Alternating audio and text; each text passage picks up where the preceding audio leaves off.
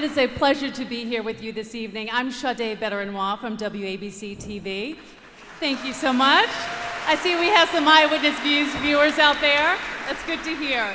I am also a member of the World Peace Orchestra Artistic Advisory Board. So with that, I would like to thank all of you for being here tonight to support the World Peace Orchestra. And boy, are all of you guys in for a treat this evening. Members of this orchestra are from around the world. As you could see just from the video, we could see just certain scenes from across the globe. There are more than 130 students from more than 50 countries across the globe. And you know, I had a chance to meet some of the young musicians just to see what they were about and how did this program really impact them. And I met one individual, and his name is Suma Ula Brian, and he's from Uganda. And he plays the tufido, and I never heard of that instrument. I'm like, what is a tufido? But he says it's an instrument that is traditionally played for kings. And this is something that he really took on. And to be exposed now to so many other talented students from across the globe just means so much to him. He says it is just so exhilarating. And this is his first time to actually come here to America. So these students, these talented students, are being exposed to some of the top professionals in the industry and making new friends, right? Yeah, a lot of them are making new friends. And another person is Valerie Dragnova, and she is right here behind me playing the violin, and she's from Bulgaria. So you're going to begin to really hear, I think, some of the artistry just emanating from their souls tonight. And you guys, again, are in for an amazing treat. Unfortunately, I will not be able to stay here because, as you know, it is primary night, it is the election night. So I won't be able to enjoy all of this great music with you, but I will certainly be here in spirit. So I do hope that you enjoy the evening. It is my incredible privilege right now and honor to introduce a lifelong artist and one of the most talented and prolific actors of his generation, Kevin Spacey. Yes.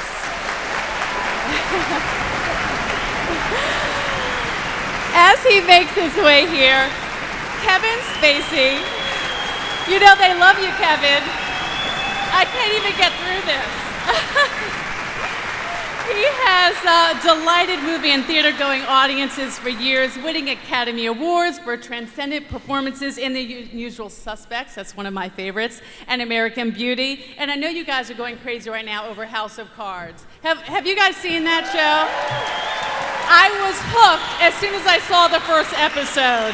You know, his character is, you know, the guy you just love to hate. But without further ado, please, Kevin Spacey. And, you know, I have to mention really quick, you know, he is head of the Kevin Spacey Foundation. So actors, you know, they can do so many things, but he has chosen to create a foundation that is so true to his heart. And I really admire individuals when they get to a certain place that it's not just about them. It's not just about reaching these heights and getting all these accolades, but it really is about giving back to your community. He has the Kevin Spacey Foundation, and his foundation seeks to mentor emerging artists and foster their growth and development. So we are thankful for his support for these talented up-and-coming musicians, and we are incredibly blessed to have him here tonight. So ladies and gentlemen, please give him another round, warm applause, Kevin Spacey.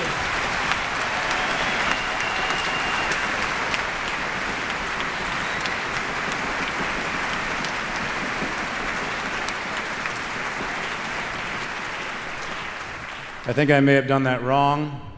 I heard my name, I just came out. Thank you for that kind introduction, and thank you for inviting me to be with you here tonight. It is truly an honor to introduce this next generation of bright, talented young musicians.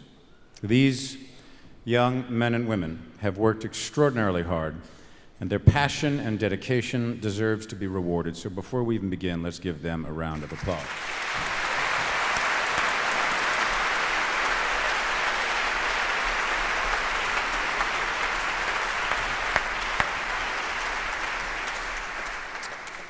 Now, it might be hard to believe, but I once myself was a young artist. I was an emerging artist, and I still consider myself to be an aspiring one.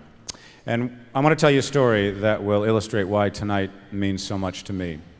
When I was a young drama student in junior high school in Southern California, I met the great actor Jack Lemmon at a workshop that I attended that he was running.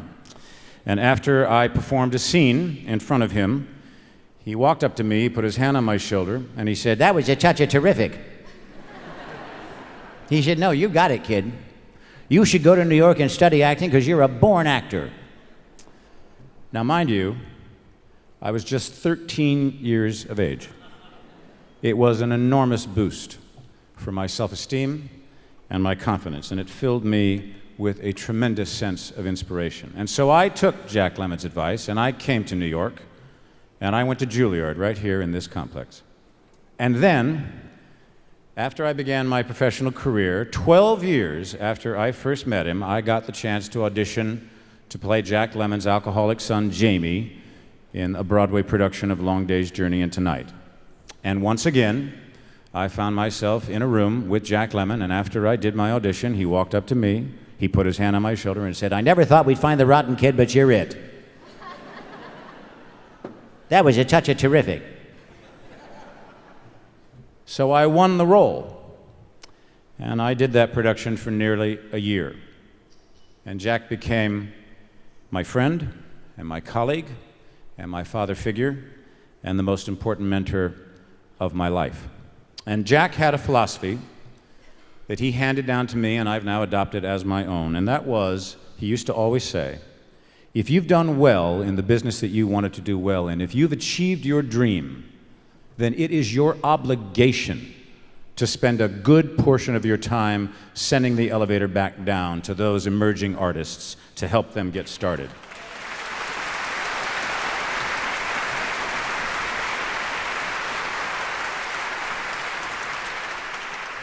And that has become the guiding principle of my foundation, to foster the emerging talents of young men and women who are passionate about the arts. And it's why the work of the World Peace Orchestra is so important to me and why I'm proud to be a part of it tonight. The World Peace Orchestra, now mind you, doesn't just send the elevator back down, it sends the elevator to Korea and to Kosovo and to Cape Verde and to every corner of the globe, to countries suffering from famine and to those ripped apart by the chaos of sectarian violence. These young men and women on this stage tonight represent the diversity of our world, and they've come together to celebrate our humanity through the universal language of music. And it's fitting that we are here tonight in Lincoln Center, named for a president who, when he gave his first inaugural address, he did so to a nation fraught with conflict and on the brink of civil war. Abraham Lincoln found refuge, as many do, in the universal language of music. In that address, he used music as a metaphor to express his solemn hope for reconciliation, his firm belief that the fundamental bonds of humanity are greater than any superficial differences that we may have. And in that speech, Lincoln spoke of the mystical chords of memory, stretching from distant, violent, war-torn battlefields all the way back to our peaceful hearts. And he expressed the hope that those chords would swell again with the chorus of the Union when touched by the better angels of our nature. Those same chords are still with us here. They are anchored in all of our hearts, and they stretch out to Rwanda and to Haiti and to Iraq and to Egypt. They stretch across borders and oceans and cultures and languages, even tonight, as our own country contemplates military action. So how fitting that we've come together tonight to celebrate peace.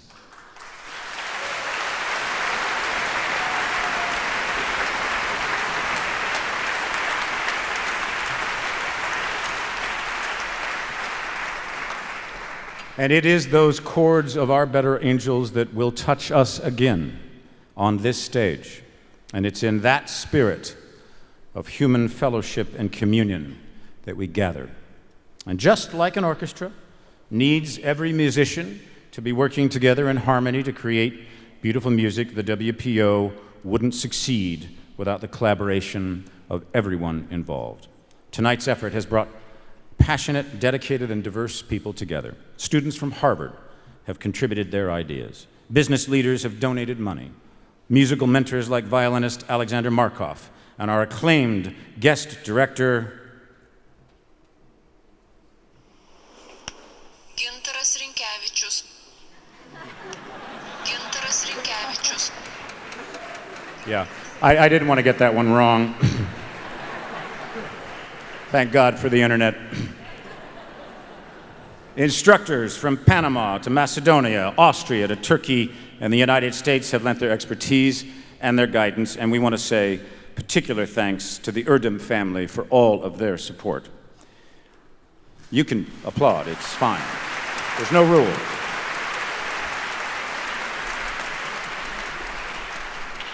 Our incredible staff of volunteers have worked with energy and commitment. High-profile benefactors have given their attention and support.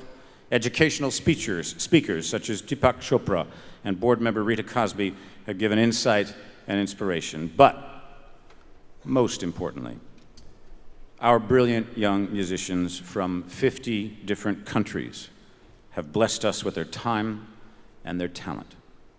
For tonight, we will see and hear the undeniable evidence that while countries may go to war, it is culture that unites us.